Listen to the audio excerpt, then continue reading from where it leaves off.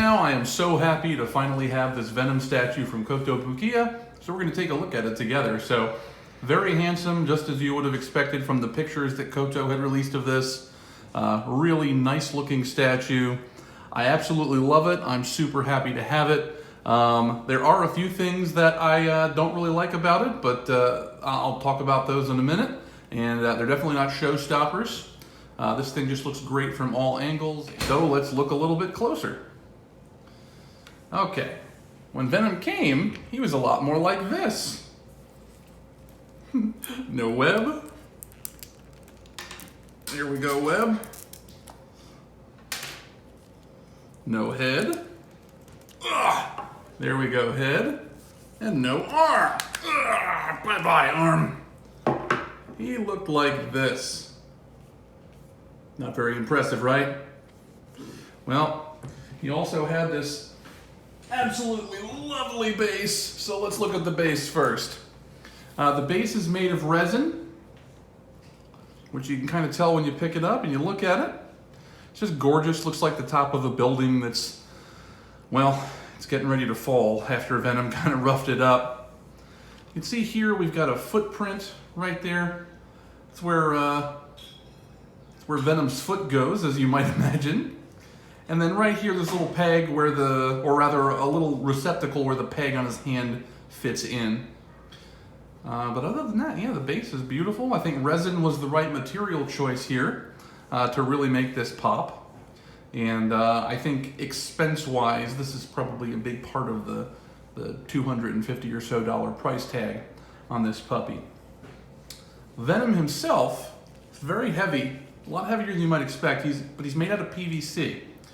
The body looks fantastic. I love the paint job. The paintwork is very, very clean on here.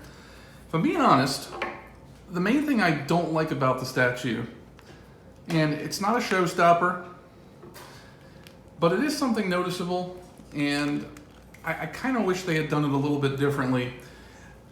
I don't know why, especially at this price point, we had to have a modular build here. So obviously there's the head and there's the left arm, which you can tell are modular because I had to put them together. But if you look over here by the right arm, you can see that that's modular too. I don't know if you can pick it up in the lighting there.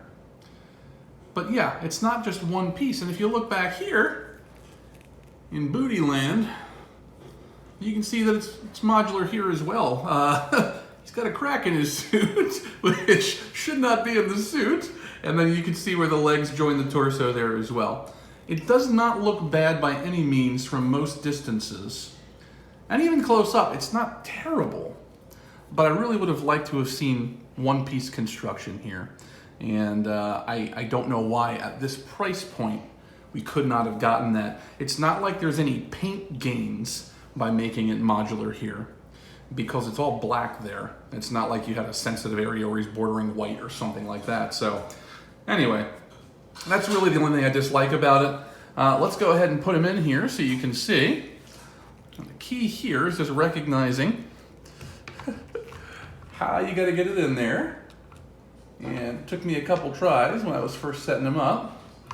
I had to look in there and check, and there we go.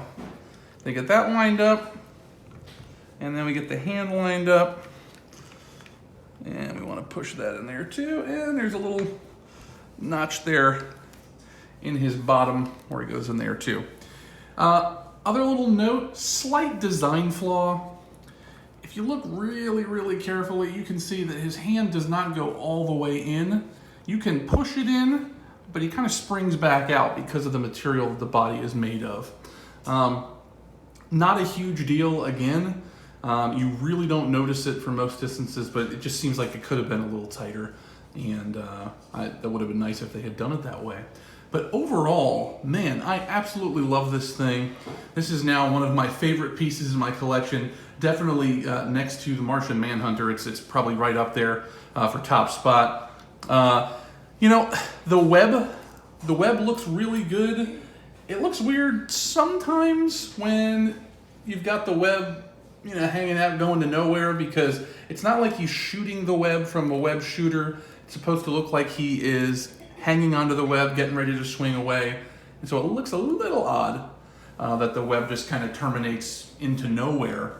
But overall, it's not that big a deal, and I don't really mind it. I've gotten used to it since I've had it. This is a good one, folks. You can find this in stores now. You can find it online at Kotobukiya's website, as well as Sideshow. That's where I ordered mine. Got to get those rewards points. And I'm sure you can find it in some other places too. Go get it. Until next time, I'm Brian Warshaw.